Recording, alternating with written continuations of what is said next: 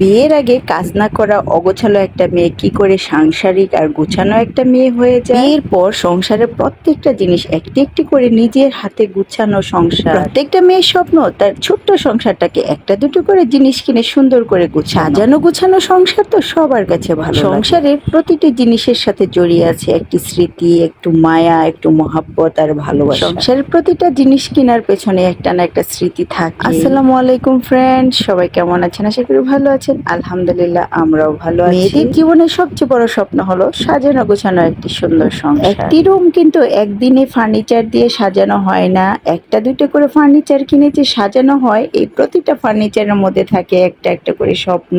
অগোছালো মেয়েটা কিভাবে গোছালো হয়ে যায়? বিয়ের পরে তো প্রত্যেকটা মেয়ে অনেক গোছালো হয়ে যায়, তার সংসারটা কত সুন্দর পরিপাটি করে গুছিয়ে রাখে। বিয়ের আগে আমিও কিন্তু একটি অগোছালোই ছিলাম, যে কিনা নিজের কাপড়টাও গোছাতে পারতাম না। আর আজকে আমি দুটো ছেলে মেয়ে আর একটি সংসার কিভাবে গুছিয়ে রাখতে পারি, এটা তো আমার নিজের কাছেই জানি কেমন লাগে। শুরুটা অনেক কষ্টের ছিল, তখন একদমই কাজ করতে পারতাম না। তবে এখন কাজ করা আর সংসারের যে কোনো কিছু গুছিয়ে রাখা, এগুলো কোনোটাই ঝামেলার মনে হয় না, খুব সহজেই করতে পারি। আর এখন তো এমন একটা অবস্থা হয়েছে যে অগোছালো দেখলে আমি নিজেই মনে হয় যে অসুস্থ হয়ে যাই। এলোমেলো বা অগোছালো ঘর থাকলে আমি যতই অসুস্থ থাকি না কেন, সবার আগে আমার সব গুছগাছ করতে হবে। ঠিক তেমন আমার ছেলে মেয়েগুলো হয়েছে। ছোট থেকে ওদেরকে আমি এমন ভাবে গোছানো ভাবে তৈরি করেছি যে আমার ছেলে মেয়েরা অগোছালো একদমই পছন্দ করে না। এই জিনিসটা খুবই ভালো লাগে। বাচ্চারা যদি অগোছালো এলোমেলো থাকে তাহলে কিন্তু ভালো লাগে না। তো গল্প করতে করতে এখন চলে যাচ্ছি কিচেনে। রান্না করব চিংড়ি মাছ আর বড় মাছ। চিংড়ি মাছ সুন্দর করে পরিষ্কার করে ধুয়ে নিয়েছি আর পেঁয়াজ কুচি দিয়ে সুন্দরভাবে তেলের মধ্যে ভেজে নিয়েছি। পেঁয়াজের সাথে চিংড়ি মাছ দিয়ে সুন্দরভাবে ভেজে নিব। এইভাবে রান্না করলে আমার কাছে খুবই ভালো লাগে। তারপর হলুদ গুঁড়া, মরিচ গুঁড়া, ধনিয়া গুঁড়া আর লবণ দিয়ে দিব পরিমাণ মতো। চিংড়ি মাছের ভাজি, এটা কিন্তু আমার ছেলে খুবই পছন্দ করে, আমার হাজবেন্ডও খুবই পছন্দ করে। তার জন্য তাদের জন্য আমি আজকে বানাচ্ছি এখানে চিংড়ি মাছের লাল লাল করে ভাজি। আর পাশে হচ্ছে বড় মাছ ভেজে নিচ্ছি এই যে লোহার কড়াই। অনেকে আমার কাছে জিজ্ঞেস করেছেন এই কড়াইগুলো আমি কোথা থেকে নিয়েছি। এগুলো আমি আমাদের এখানে মার্কেট থেকে কিনে। লোহার কড়াইগুলো কিন্তু খুবই স্বাস্থ্য সচেতন আর খুব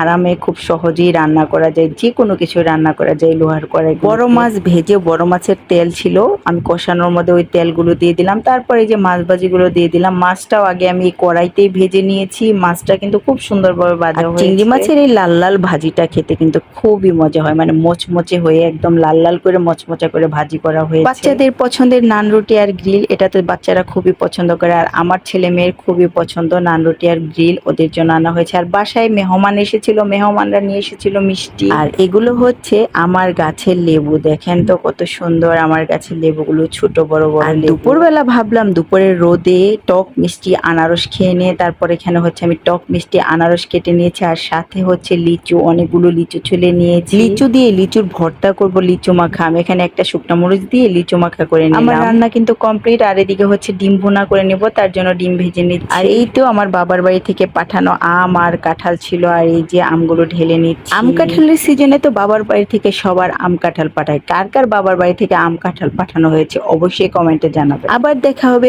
অন্য একটি ভিডিওতে। সে পর্যন্ত সবাই ভালো থাকবেন, সুস্থ থাকবেন। আল্লাহ হাফেজ, আসসালামু আলাইকুম।